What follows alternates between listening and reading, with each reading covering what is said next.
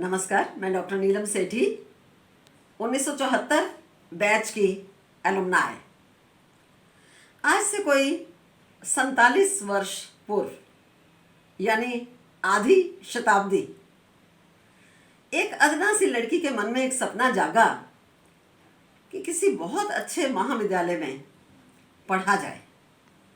ये तो वह नहीं जानती थी कि 6 साल में गुरुओं के आशीर्वाद, शिक्षण, प्रशिक्षण, दुलार, सहेलियों के स्नेह और एक पवित्र से वातावरण में 6 सालों में वो क्या बनकर निकलेगी, यह तो उसे नहीं पता था।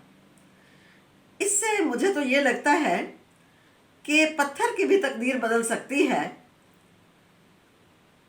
पत्थर की भी तकदीर बदल सकती है, शर्त यह है कि उसे करीने से तराशा जाए। अब हंसराज महिला महाविद्यालय को जब मैं वातायन के झरोखे से देखती हूँ तो कई स्लाइड मेरे माइंड में निरंतर चलकर आते हैं।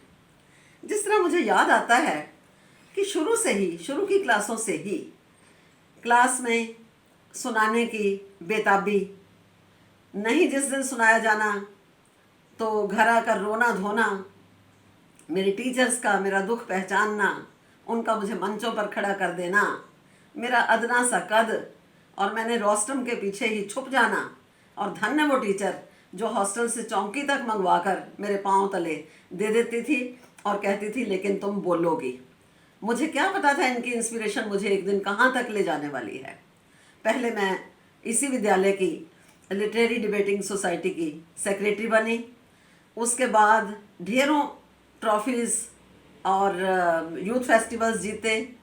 उसके बाद ये क्रम बढ़ता इस तरह से बढ़ गया कि आज मैं इंटरनेशनल स्पीकर हूँ और लेडी मार्गरेट रोड लंदन में मैंने लगातार एक हफ्ता व्याख्यानमाला दी भारतीय उच्च जीवन मूल्यों पर, और उसके पश्चात मैंने बैंकॉक में भी मैं लीडरशिप सेमिनार में की स्पीकर बनकर गई।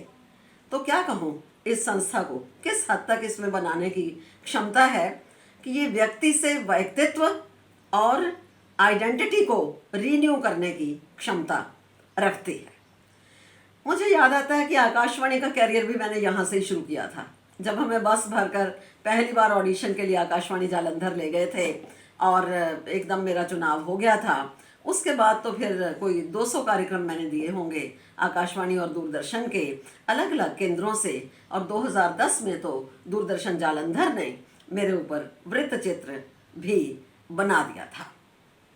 बात करूं सृजन की, क्रिएटिविटी की, यहाँ के उद्यानों ने मुझे इतना ज़्यादा मोहित किया कि मैं लॉन में एक पेड़ के तले बैठी तो थी अपना होमवर्क करने के लिए, लेकिन हुआ क्या कि एक कविता अचानक पता नहीं किसी दैवी शक्ति से उतर आई और उसने मुझे कवयित्री बनाकर रख दिया। मुझे नहीं ये पता था कि ये क्रम कहाँ तक आगे जाएगा कि मैं एक दिन काव्य पुस्तकों की रचयिता हो जाऊंगी, फिर उन पुस्तकों को पंजाब सरकार मान्यता देकर आर्थिक सहयोग से छाप देगी, और उसके पश्चात फिर इन पर विभिन्न विश्वविद्यालयों में शोध कार्य होने लगेंगे, और मैं इंडिया हाउस एल्डविच लंदन में अपनी कविताओं की प्रस्तुति भी 2 मंत्रियों की मौजूदगी में कराऊंगी। ये सब मुझे नहीं पता था। ये सारी देन भी हमारे इस विद्यालय की ही है। तो तत्पश्चात मैं सोचती हूँ कि जितना मैंने प्रबंधन सीखा वो भी यहाँ से सीखा।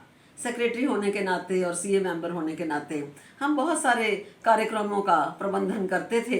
इसी ने मुझे मदद की आगे चलकर, जो मैंने 12 वर्ष तक A class colleges, A grade colleges इसी यूनिवर्सिटी वाले गुरु नानक देव यूनिवर्सिटी के ही, इनका प्राचार्य रूप में मैंने प्रबंधन कर दिया। इस संस्था ने मुझे मेरी सब तरफा गतिविधियाँ देखते हुए मुझे best student of the year निकाला था।